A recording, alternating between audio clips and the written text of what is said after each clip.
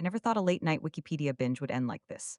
One moment I'm reading about abandoned subway tunnels under Tokyo, and the next my browser flashes to black, no warning, no link clicked, and there it is. A single line in bright red text, blinking at me like a guillotine blade. Stop, do not proceed.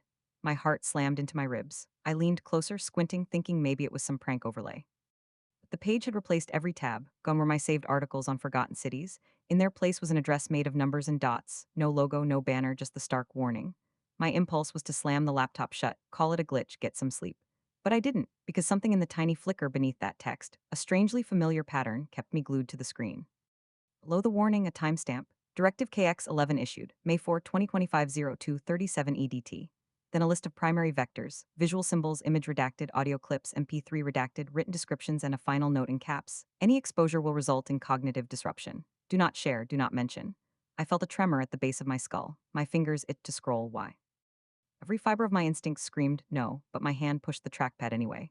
The screen updated itself as if I'd opened a live feed, rows of IP addresses turning red, city names under quarantined, a countdown ticking next to each entry, 0415, 0359. Then I saw my own city, my zip, literally stamped there, crossed out like a crime scene. And beside it the words, exposure confirmed, inoculation status, null.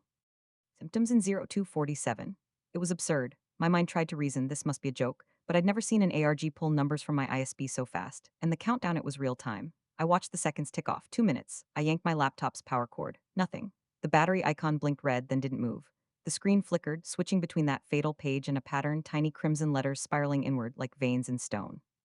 Without realizing, I traced it with my finger, even though I knew it wasn't there. My vision swam. The room felt too quiet. I reached for my phone, but the screen stayed dark. No calls, no messages. Then a notification buzzed from a system app I'd never seen. Cognition alert, level III help is futile. Embrace the concept, spread the signal. My chest tightened. It was no longer a website, it was inside me. I pressed my palms to my temples, willing the ringing out. My mind clung to a thought, don't let it in. But how? I hadn't asked for it, hadn't clicked anything. I remember stumbling backward, colliding with my desk. The world tilted sideways. And then I saw it, that same spiral pattern imprinted on my coffee mug, subtle and shimmering, on the wall like a watermark, on the mousebed. It was everywhere, yet nowhere. My thoughts thickened as if I were wading through syrup. Every memory felt dim, every word I tried to form tasted metallic. Name flicked through, Rowan, my best friend. I remembered laughing with Rowan over my latest conspiracy theory obsession. But that too began to warp, the edges frayed until I was unsure whether I'd ever existed before this moment. The spiral whispered, urging me to reconstruct the pattern with my tongue. I don't know how long I sat there, unblinking. Minutes? Hours? When my eyes finally adjusted, I forced myself up and staggered to the window. Streetlights outside looked off, paler, distant like some echo. Neighboring windows were dark, no movement. It struck me that I couldn't hear traffic, birds, anything. Not even my own breathing until I pressed my hand to my throat and felt the slick, sweaty skin. Think, I told myself, just think. But my thoughts refused to remain. They slipped away, replaced by single words, bleed, share, consume. A voice inside my head, calm and mechanical, said, "You're exposed, it's too late." I pressed my ear to the window pane, hoping for a sound of normalcy, but heard only a faint hum, like electricity leaping between wires. In that moment, panic tipped into something darker, a sense of inevitability. The spiral wasn't just a picture, it was a lock picking at the tumblers of my brain. I bolted away from the glass and dove for my backpack, where I keep the old paperback journals I scribbled in when I was 15, before smartphones and Wi-Fi and websites ruled every waking second. I ripped one open. On the first page, messy arrows and notes. I flipped desperately, nothing. Thoughts blurred across the pages. They offered no refuge. The writing itself seemed to shift under my gaze, letters melting like wax. It's when I noticed the date scrawled on the cover. May 3, 2025. Yesterday, I'd been writing, planning a post about a creepy urban legend, nothing this insane. Even that memory felt remote. My rational mind still whispered, this can't be real. But every second my head drummed with the spiral's rhythm and every blink revealed it, etched on the inside of my eyelids. I danced on the edge of losing myself entirely. I needed help. The phone was dead, the laptop was a tomb, the journals were infected. Then, in a flash, I recalled a conversation I'd had with Rowan last month, something about signal jammers and offline devices. Rowan had joked that one day smartphones would turn against us, that information is a weapon. At the time, I'd laughed. Now I realized maybe Rowan had a bunker or some way to block signals. I needed Rowan, needed a shield. Pulling my coat over pajamas, I unlocked the front door. Hallway was dark, the building eerily silent. My footsteps echoed as I crept downstairs two at a time. Outside, the air was sharp, bracing. I inhaled and felt the swirl in my head ease. Fresh oxygen, I guess. My legs moved on autopilot, carrying me toward Rowan's apartment 2 blocks away. On the street, I saw it again, faint red spirals painted on the curb stones on manhole covers. Like someone had stenciled them overnight. I thought about the government warning, a memetic hazard. The time I'd rolled my eyes, now I knew it wasn't a conspiracy theory, it was happening. My phone lit up suddenly as I stepped onto Rowan's stoop. One message from an unsaved number, don't come inside, it's already here. No name, no signature, the screen glitched, went black, then text reappeared, you're infected, so is Rowan. I pressed the doorbell and waited. Nothing. The only sound was that same ominous hum behind my eyes. I pressed my ear to the wood. Inside, low clicking noise like a metronome, followed by a deep, distorted voice chanting a word I couldn't quite catch. Marcus, I shouted. That was Rowan's old nickname for me, Marcus. The name felt foreign like someone else's, but I latched onto it. Marcus, it's me, Elena. Silence, then a thud. The door swung inward on its own, revealing darkness. A single beam from a flashlight flickered in the hallway, illuminating footprints of some dark liquid leading deeper inside. My stomach turned. Still, I crossed the threshold. Rowan talked to me. My voice echoed, no answer. At that moment, the flashlight snapped off. Total darkness. I fumbled for my phone, but it was useless dead. Then a soft click and a figure stepped into the beam, Rowan, but not Rowan. Their eyes were glassy, lips curled in a half smile. On their forehead was the tiny spiral mark, barely visible under dark hair. Elena, they whispered, voice hollow. You came? Rowan, we're in trouble. That website, they raised a hand. Fingers trembling. It's too late. You showed up. Now it spreads. I swallowed hard. The spiral pulsed in my vision. I took a step back, nearly tripped. My head thundered. I wanted to shout to run, but my legs felt like lead. Rowan smiled that empty smile. You read it, they said. Now you know. Then, somewhere behind me, distant but growing louder, I heard a new sound. The rapid tapping of hundreds of keyboards, or maybe voices repeating a word in unison. Something that sounded like the spiral itself. I turned, expecting shadows, and saw my phone screen come to life on the hallway floor, the blinking red text from the website scrolling upward at impossible speed. I pressed my palm to my head. My vision fragmented. The Ultima T thought blasted through. Share it. Can't tell you what happened next. My vision went white like being submerged in blinding light. The last thing I remember is Rowan's face, calm as death, and the echo of the spiral word resonating in every fiber of my being. Now I'm back here on the floor of my apartment, staring at this empty screen where once that site lived. My fingers hover over the keyboard, trembling. I know this story will spread. I know that once you read this, you'll feel that hum behind your eyes, too. You'll want to share it, I'm sorry. I didn't mean for any of this to happen, but the spiral wants to grow. And it only needs one mind to start. If you're reading this, you've already lost. Just know that I tried to warn you. Share it, let it spread. As soon as I opened my eyes, the first thing I noticed was how quiet everything felt, too quiet. My head throbbed like someone was pounding inside my skull, but even that felt distant. The spiral pattern was gone from my vision, though I still felt its residue behind my eyes, a faint pulsing in time with my heartbeat. I pushed myself up on trembling arms and stared at the blank browser page in front of me. The numbers and dots URL was gone, replaced by my familiar homepage. My fingers hovered over the keyboard, every instinct screaming not to type, not to scroll, not to think. But I couldn't stop. I had to get it out of my system. I had to tell someone, anyone, what happened. So here I am typing this, but it feels like I'm doing it underwater. I remember enough to know I'm not safe in my apartment. Something about Rowan's eyes, the way they looked at me, empty yet knowing something horrible. I have to get out, but where? I pushed away from the desk and staggered to the window. A few neighbors walked by below, heads down as though they sensed something wrong. No one looked up. Cars rolled past, but the drivers stared straight ahead, eyes hollow. It was as if the spiral had seeped into the entire block. I choked back a panic attack and forced myself to breathe. One step at a time. My best chance is Rowan's backup plan. Before all this, back when we still joked about signal jammers and offline sanctuaries, Rowan had told me about a place outside the city. A cabin in the woods, no cell service, no Wi-Fi, no way for any creeping digital horror to follow. It sounded like a joke, but I need to believe it's real. I grabbed my purse, stuffing in my wallet, keys, and a crumpled printout of a latitude-longitude Rowan scribbled months ago. I tossed my phone into a plastic bag, insulated, I hoped enough to kill any last signal. Then I yanked on my coat and bolted out the door. The stairwell was dim, the emergency lights flickering. I could feel the spirals whisper behind my eyes, share, consume, spread. Every echoing footstep felt like it was choreographed to that chant. My palms slicked with sweat. I crammed my hand into my purse for the small folding knife I keep for camping, just in case. Outside, the air hit me like cold water. I inhaled sharply, and for a moment I thought I heard voices on the wind. It wasn't wind, just the distant hum in my head. I forced my legs to move toward the car, parked 3 buildings down. My sedan's headlights blinked. I unlocked it with the click of a button that felt like thunder. I climbed in, locked the doors, and sat there, hands on the wheel. The engine turned over. I checked the GPS coordinates. According to Rowan's note, the cabin was 80 miles northwest, about a 2-hour drive depending on traffic. Everything past the city boundary was supposedly clean. No one had gone there in months. The last visitor left messages saying the place felt still, like nothing alive could get. Still, that was exactly what I needed. I put the car in gear and eased into the street. The closer I got to the highway, the more the world felt muted, like colors were draining away. On-ramps were deserted, gas stations had flickering neon signs but no attendant. I flipped on the radio, static. No talk shows, no music, not even traffic updates. My pulse hit 90. I reached the on-ramp and merged onto the freeway. Mile markers flew by, 15, 20, 25. I glanced at the clock too, 17 a.m. It was still dark, but the eastern sky was brightening, just a hint. Maybe dawn would help clear the haze behind my eyes. 2 miles past the city limits, I passed under an overpass. On the concrete pillar, someone had spray painted that spiral. It was small, about the size of my hand, but unmistakable. My chest constricted. I gripped the wheel tighter and floored it. No way I was stopping to look. And the freeway narrowed, then gave way to 2-lane road winding through thick pines.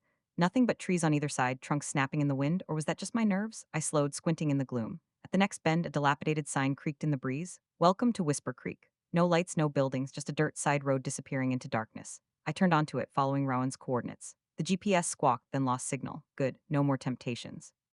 Let the car coast, headlights cutting swaths through the night. Every mile felt like an hour. My pulse hammered as the road narrowed further, branches scratching the windows. Then, just as I was about to question if this place even existed, the dirt gave way to a gravel drive. There in my headlights was a small cabin, dark wood, peaked roof, a single window glowing yellow. Smoke curled from a stone chimney. Like someone was expecting me. I slid out of the car, heart racing. Spiral hum had faded to a dull buzz.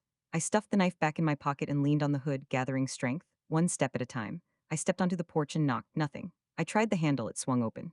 Inside, a soft glow from lanterns revealed a tidy room, a wood stove stacked firewood, a table with two chairs. A pair of boots sat by the door, and on the table a battered backpack with my name scrawled in black marker across the top. Elena. My breath caught. Rowan had set this up. They must have known something terrible would happen. I crossed the threshold, dropping the bag on the floor.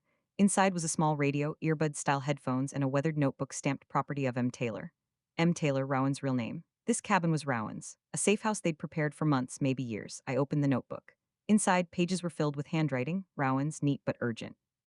Schematics for a Faraday cage, lists of books to memorize in case digital bleed got too intense, maps of escape routes. One page was marked Inoculation Protocol, instructions for reading a list of safe keywords that, when repeated, supposedly protected the mind from memetic code. Rowan's last entry was dated 2 days ago in shaky script. If you're reading this, I'm gone. You must follow instructions exactly. Do not let the spiral hitch a ride. Trust no one, especially yourself. I swallowed hard. Instructions. That was what I needed, but my mind felt like scrambled eggs. How could I trust my still tainted memory to follow instructions? I slammed the notebook shut and forced myself to count. 1, 2, 3, 10. Breathe. A loud scratch at the window made me jump. I backed away, heart slamming. At the window, a pale hand pressed against the glass, skin unnaturally smooth, veins spidering beneath. I recognized the bracelet, Rowan's. The signet ring on the hand was new, an odd spiral symbol carved into dark metal. Let me in, a voice rasped, barely louder than a breath. It was both Rowan's voice and not distorted. The hum returned, insistent. Trust yourself, trust no one, I whispered, recalling the notebook. I crept to the table and grabbed the radio. With shaky fingers, I assembled it, stuffing the earpieces in. The dial crackled, then settled on static. Through the hiss, a voice spoke, calm, familiar. Elena. If you can hear this, do exactly as I say. It was Rowan live broadcasting into the static. Do not open that window, do not let. The voice cracked. They're coming. The radio cut out, static again. I spun toward the window, the hand had vanished. My pulse soared. I realized the spiral mark on the ring must be how the hazard was spreading, tattooed, branded, turning people into carriers. I dashed to the door and locked it. Then I raced to the wall and found the Faraday cage sketch. I had to build it right now. I rattled around the cabin, gathering aluminum foil, wire mesh, and the old radio components. My head swam with bits of Rowan's notes. Fold the foil around the frame, ground the mesh with copper wire, leave just one small ventilation gap with desiccant inside. Every movement felt like swimming through tar, but I forced myself on. Outside, I thought I heard footsteps in the gravel. I worked faster, ripping foil sheets, twisting wire. Hum intensified until it felt like someone was drumming inside my brain. Then, silence, I froze, heart in my throat. Outside, the porch light flickered, then went dark. My breath caught in my chest. I reached for the knife, anything to keep me grounded. A slow, deliberate knock on the door, one knock, then two. I backed away and switched on every lantern. The cabin was bathed in warm light, but it did nothing to calm me. The knock repeated, louder. Rowan, I called, voice trembling. No answer. Lock rattled. I sprinted to the cage frame I'd just covered in foil, slipped inside, and crouched.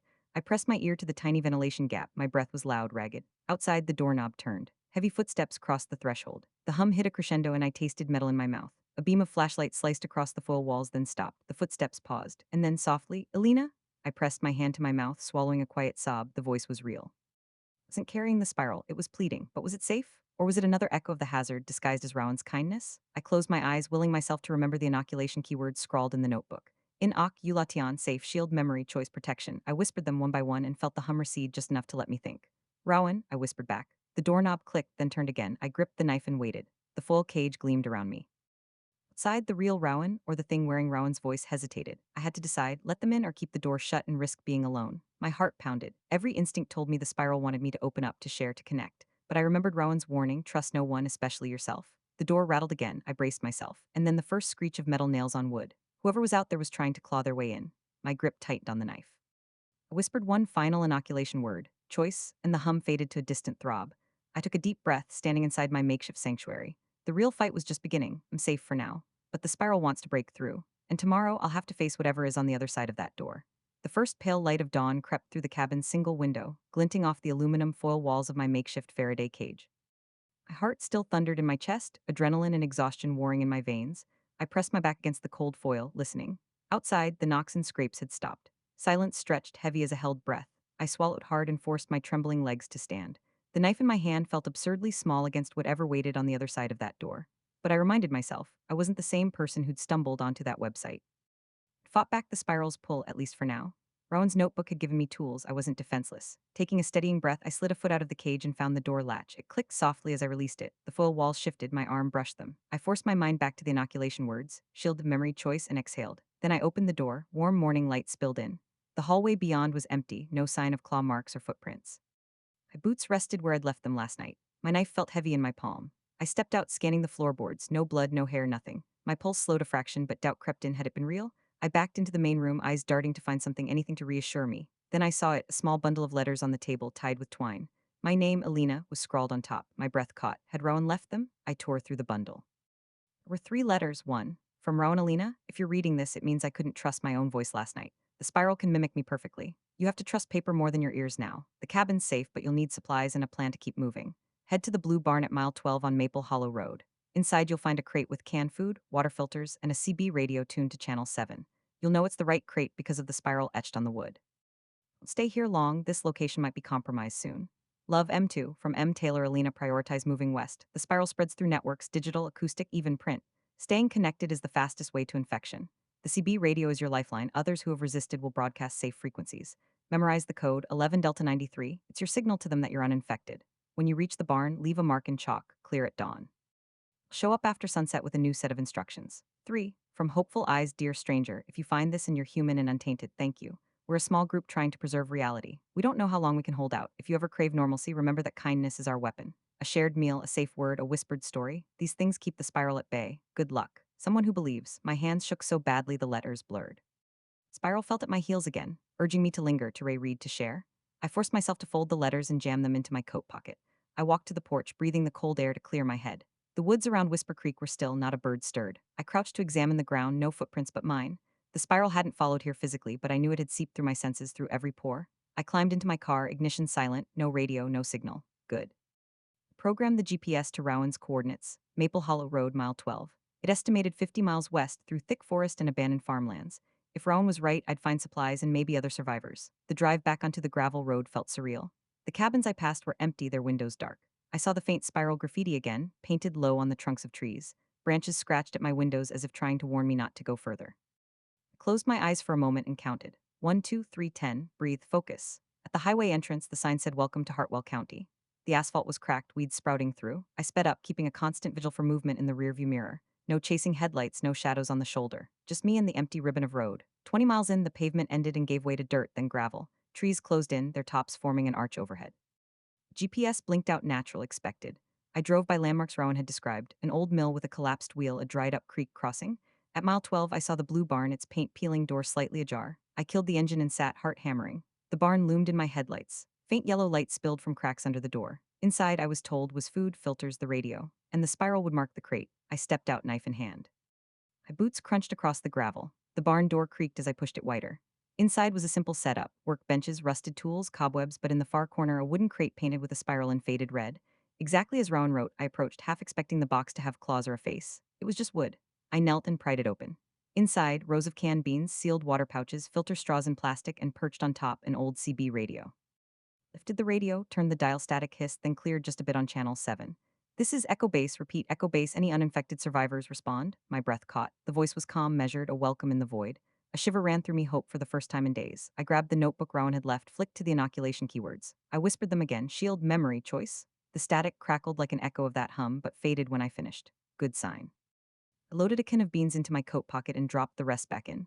The spiral painted crate felt warm under my hand. I patted it once, then stepped back. Overhead, the barn walls groaned. My eyes snapped upward. For a heartbeat, I thought I saw red shapes moving behind the boards like graffiti come to life. But then it was just shadows. I checked the radio again. Echo Base crackled on. No response from me yet. I boxed the radio into my backpack, slinging it over my shoulder along with the notebook and a can of beans. The crate would stay, others would need it if they came. Before I left, I scrawled in chalk on the barn wall beside the crate, clear at dawn. My hand shook as I wrote. The chalk felt chalky against the wood. I stepped back, heart thumping, and watched the message glow pale in the morning gloom. Out on the road, I paused at the barn door and looked back. The spiral on the crate seemed less menacing now, more a beacon than a curse. It marked a place of refuge, a link in the chain of survivors. Maybe that was the spiral's weakness. It thrived on isolation, on secrecy, on the silence of minds closed off. But community and kindness could starve it. I climbed into the car and drove west, the morning sun behind me. In my rearview mirror, the barn receded into the trees. In my pocket, the letters from Rowan pulsed with promise and warning. Road stretched on, curving into forest and beyond. I didn't know what lay ahead, only that I had a choice. To run alone, haunted by the spiral in every shadow, or to join Echo Base to fight back with words and shared meals with laughter and human voices. I tuned the radio back to channel 7, tapped the microphone, and whispered, "This is Bravo Echo, I'm uninfected. List my call sign, 11 Delta 93. Static roared, then a response, warm and real. Bravo Echo, we copy. Welcome. Tears stung my eyes, tears of relief, of determination. The spiral had found me, but it hadn't broken me. Not yet. And as I drove toward whatever waited beyond the pines, I realized sharing my story wasn't the same as spreading the hazard. It was a lifeline, a promise that together we could keep the spiral at bay. The fight was only beginning. Dusk was bleeding into night by the time I rolled into Echo Base's clearing. Forest opened here, revealing a cluster of weathered trailers and tents strung with lanterns. A low hum of conversation and laughter drifted out to meet me, warm and human. It felt like home, after everything I'd been through. I killed the engine and stayed inside for a moment, gathering myself. My hands were shaking less. Holding the CB radio and Rowan's notebook gave me purpose again. I clutched the mic and keyed the transmit button. Echo Base, this is Bravo Echo. I'm here. Over. Crackle of static, then a voice warm, strong. Bravo Echo, welcome. Approach with caution. Over. I exhaled and stepped out into the gravel, ears tuned for threats, eyes scanning shadows, but nothing lunged from the trees. Instead, a figure emerged, short hair, glasses, a stained denim jacket with patches sewn on. One was a spiral crossed out in white. "Elena?" they asked, voice soft but firm. I blinked. "You know me?" They smiled, pulling off a cap. "Name's Jax. We've been monitoring your progress. Checks out." I nodded, relief flooding me. "Thank you. Rowan said you'd be here." Jax's expression dimmed. Taylor hasn't checked in since the warning went out. We're running a search party at first light." Their eyes flicked to my backpack. "Got supplies?" I unshouldered the pack and set it down. The canned beans, water filters, the CB radio, they examined everything carefully, then nodded. "Good, follow me." We wound between trailers lit by oil lanterns. Men and women sat around fires, some tending wounds, others chatting quietly. A group huddled around a bulletin board plastered with hand-drawn maps, schedules, and lists of missing persons. I caught Rowan's name and circled it in red. "Echo Base isn't just a bunker," Jax explained as we walked. "It's a network, folks who escaped the initial outbreak, who refused the spiral's pull." They stopped at a larger trailer labeled Command. Inside, a circle of survivors sat, faces I recognized from early internet forums, the conspiracy buffs, the urban explorers, the digital hermits, faces like mine skeptical until it was too late. A tall woman with silver-streaked hair stood first. She looked at me over horn-rimmed glasses. "Elena Taylor," she said, voice calm. "Jax tells me you've been through the gauntlet." I swallowed. I read the warning, then the spiral got me, but Rowan's inoculation, she held up a hand. "Notebook saved you, and your refusal to pass it on, that matters." She pointed to a map of the region. "We've lost 3 bases in 7 days. The spiral adapts, new vectors, new triggers, our safe zones shrink." My pulse spiked. "3 bases?" The woman commander Ray's nodded. "Whisper Creek fell last night, communications cut out. We think they were compromised by someone infected." She sighed. "We're lucky you made it here." I swallowed. Whisper Creek was the first safe house Rowan set up. My heart clenched. It was my first refuge, too. Ray's gaze softened. "Then you know what's at stake. We need fresh ideas, people immune to fear, to the spiral's allure." She tapped the map. "We pushed the front west. Scouts raid compromised sites at dawn, salvage supplies. We reinforce the blue barn at Maple Hollow, and we recruit." I glanced at the faces around me. Each had that haunted look, yet eyes bright with determination. "How do I help?" Ray smiled. "First, rest, eat. We teach you to broadcast the inoculation protocol safely. No writing, no digital files. Oral transmission only. We'll train you to speak without slipping, to defend your mind." They handed me a mug of steaming broth. The warmth seeped into my hands. I sipped. It was Rowan's cooking, but it was real, comforting in a way I'd forgotten existed. Night deepened, and I lay in a borrowed cot under a wool blanket. Outside, lanterns swung, casting dancing shadows across the tent walls. Hum in my head was faint, like a memory of a dream slipping away. I closed my eyes, remembering Rowan's last broadcast. "Trust no one, especially your own voice." And Commander Ray's counsel, "Trust yourself." I took a slow breath. Trust, choice, memory, those words felt like armor. I replayed the inoculation protocol quietly in my mind, reciting each keyword on the breath. Shield, memory, choice, protection, community, hope, resist, repeat. Where outside, voices rose in song, old folk tunes, a ragged chorus. Laughter followed. I smiled in the darkness. A song, a shared moment, humanity pushed the spiral back. At dawn, I woke to the blast of a horn. I stumbled out of the tent to see survivors loading into trucks and jeeps. Jax was handing out gas masks and canisters. "Come with me," they said, motioning to a rickety jeep with Bravo Echo painted on the side. "We're heading to Whisper Creek. We need to know what happened." My heart pounded. Whisper Creek, my first refuge, was gone. Flat, compromised, I climbed in, slinging the CB radio across my chest. The inoculation keywords scribbled on a note taped to the dash. As we pulled away, the base receded behind us, lanterns flickering, figures waving. For a moment, I felt something I hadn't felt in days, belonging. The road to Whisper Creek was quiet, the early sun painting orange streaks across the pines. Graveside, Jax killed the engine. The barn was a blackened husk, splintered wood strewn across the clearing. The spiral was smeared across the walls, ugly, defiant. Smoke still curled from the chimney. I swallowed, queasy. Jax clicked open the radio. Echo base, this is Bravo Echo, scouting whisper, send instructions. The only reply was static. I pressed my ear to the radio, then glanced at the barn.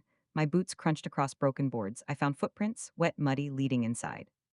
I paused at the doorframe, recalling Rowan's teachings. Observe, don't touch, don't think ahead, just be present. Inside, the floor was slick with something dark. Walls bore handprints smeared and chaotic. In the corner, a battered notebook lay open, Rowan's notes, but every word had been overwritten in jagged script, looping spirals interwoven with the inoculation keywords. The two codes stood side by side, corrupted and pure. I recognized the spiral's graffiti twisting through the text, infecting it. My throat burned, I knelt and scooped up the notebook, heart racing. The spiral wanted me to read, to memorize, to let it slip into my mind again. I forced myself to breathe, shield memory choice. I rose and backed away, gazing at the ruined barn. Jax's boots thudded beside mine. We'll burn this, they said softly. We can't let it stand. I nodded, tears pricking. Together, we set the barn alight, stepping back as flames licked the sky. Heat stung my eyes, but the roar of the fire felt like release. A brand new beginning. As the structure collapsed, I looked at Jax. What now? They paused, radio in hand. Now we fight smarter, we build more safe zones, network them, and we amplify the human signal. Their words echoed Rowan's last letter. Kindness is our weapon, a shared meal, a safe word, a whispered story. I understood our greatest power was connection. Not digital, not viral, but human. Sun climbed higher, burning away the smoke. I felt a surge of resolve. I would carry the inoculation protocol in my voice in every conversation. I would tell my story, this part of it at least, to strengthen others. I raised the microphone.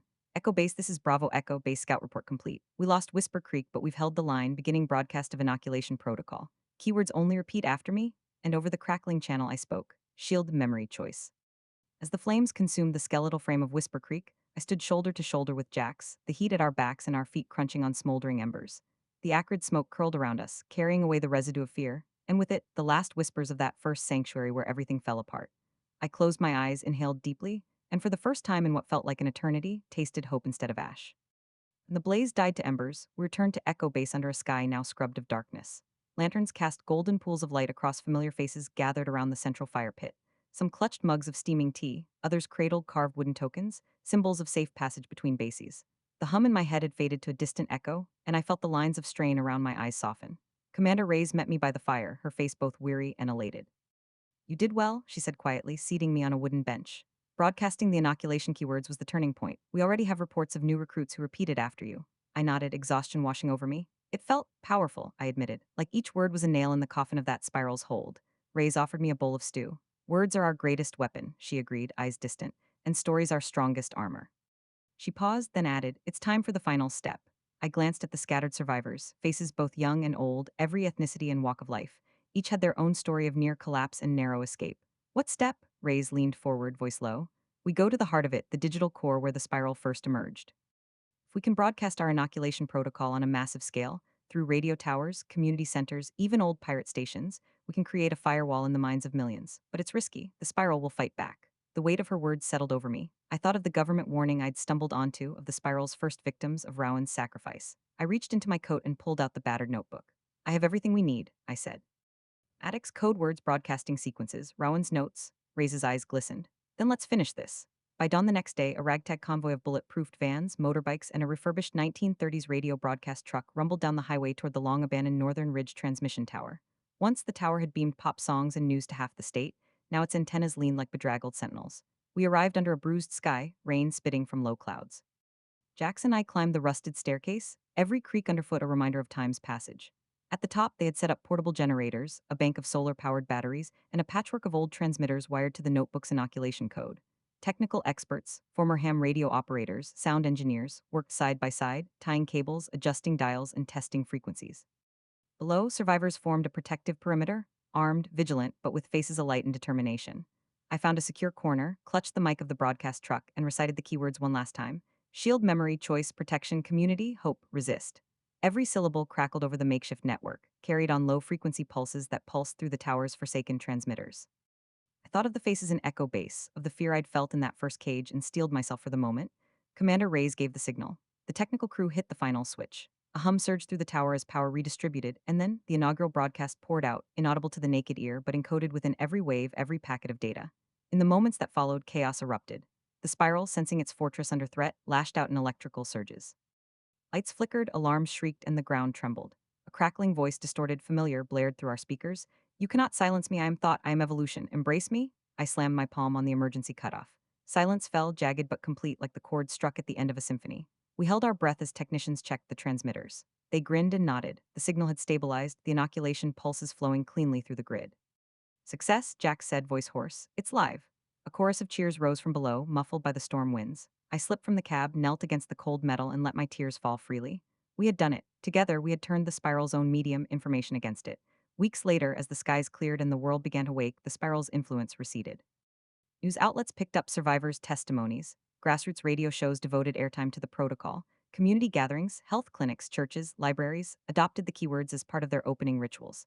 In places where paper copies of the inoculation words were held in front of doorways, infections dropped to near zero.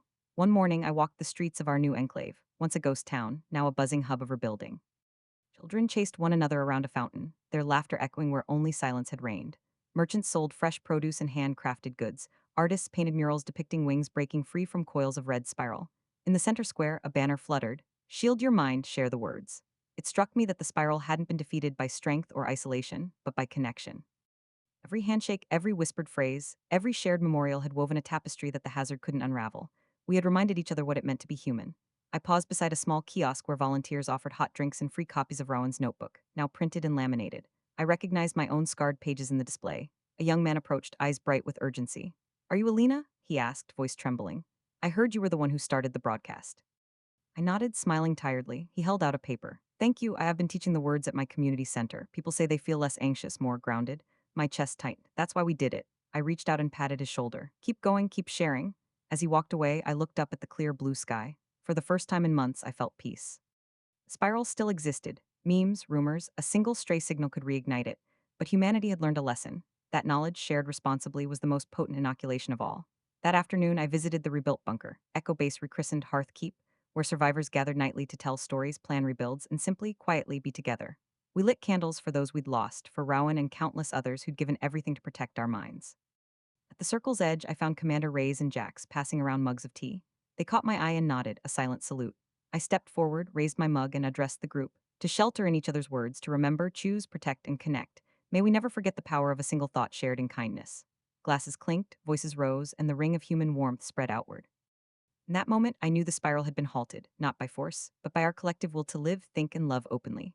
Years from now, someone might stumble on this story and wonder how it began. A warning on a nameless URL, a half-remembered government memo, a spiral of red letters. They might think it was a myth. I hope they learn that every story we tell, every word we speak, carries the power to harm or heal. And that sometimes the simplest act, sharing a protective phrase, forming a circle of trust, can change the world. I'm Elena Taylor. I read the warning. I felt the spiral's pull, and I chose to fight it with words. If you ever feel a strange hum behind your eyes, remember what we did. Resist together, speak kindly, and let human voices guide you back to safety. Because in the end, our greatest network is not digital, it's the one we build with our hearts.